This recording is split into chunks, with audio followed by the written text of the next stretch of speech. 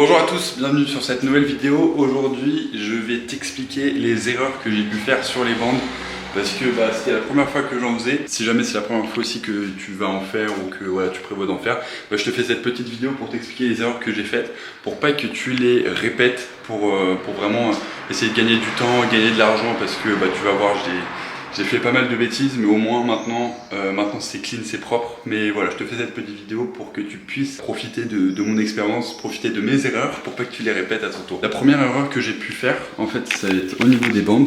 Bon là, elles sont finies, elles sont propres. C'était pas comme ça avant. La première erreur que j'ai pu faire au niveau des bandes, c'est entre les jonctions des placos. Tu vois, j'avais mis vraiment énormément de matière au centre, mais vraiment un truc épais de... Bon, j'exagère, mais vraiment beaucoup trop épais. Et juste au centre. Et en fait, ce qui fait qu'il y avait beaucoup trop de matière, ça cassait pas du tout l'angle. Donc ça veut dire que ça faisait un truc énorme. Et du coup, ce que je faisais après avoir mis la bande, parce que en gros, pour faire les bandes, tu passes d'abord une première fois avec une bande comme ici, là, juste derrière. Voilà, tu passes la bande la première fois. Et ensuite, tu viens mettre 3 passes de finition pour vraiment que ce soit parfaitement lisse et qu'il n'y ait aucun angle. Et du coup, ce que j'avais fait, c'est que vraiment, j'avais mis full matière au milieu. Donc vraiment au niveau du placo comme ça. Ça, c'est une grosse erreur parce que il faut vraiment mettre très peu de matière. Du coup, j'ai consommé énormément de steak pour pas grand chose. La deuxième erreur que j'ai pu faire, c'est du coup de venir poncer la matière que j'ai pu faire. Donc au final, je travaillais pour pas grand chose. Au final, tu te doutes bien que ça sert pas à grand chose de mettre de la matière au milieu et ensuite de venir la poncer. Ça sert strictement à rien, juste à perdre de la matière. Donc ça, c'est la deuxième erreur que j'ai fait dans la continuité des choses. Ça faisait énormément de poussière, enfin bref, c'était horrible. Une autre erreur que j'ai pu faire, c'est d'utiliser une ponceuse excentrique. Comme je t'ai dit, j'ai mis beaucoup trop de matière au milieu, j'ai poncé le milieu. Du coup, il y a des endroits où ça a commencé à poncer la bande, etc. Parce que je ponçais que le milieu et je savais pas. Si jamais tu dois poncer, utilise bien une girafe parce que c'est trop pratique, c'est vraiment un plateau. C'est ça là, c'est cet outil. Ça devient vraiment... c'est un plateau comme ça, hop, qui vient poncer.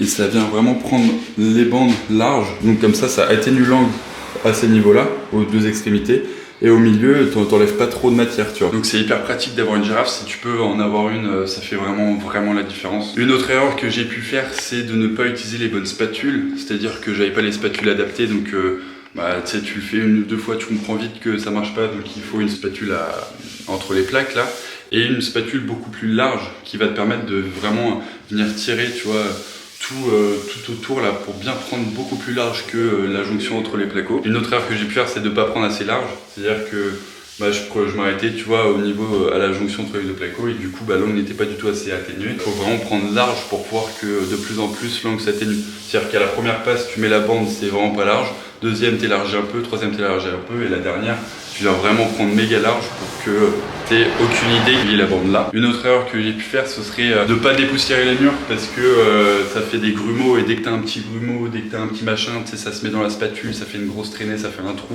Enfin bref, c'est horrible. Il faut vraiment que ton mur soit méga dépoussiéré ou même quand tu prépares le plâtre, qu'il y ait absolument aucun petit truc qui se met dedans parce que sinon tu vas voir, c'est l'horreur. C'est une erreur aussi que j'ai pu faire au début et que je referai plus parce que c'est vraiment insupportable. Et comme toute petite dernière erreur que j'ai pu faire, c'est de toujours repasser derrière en se disant qu'on va faire mieux.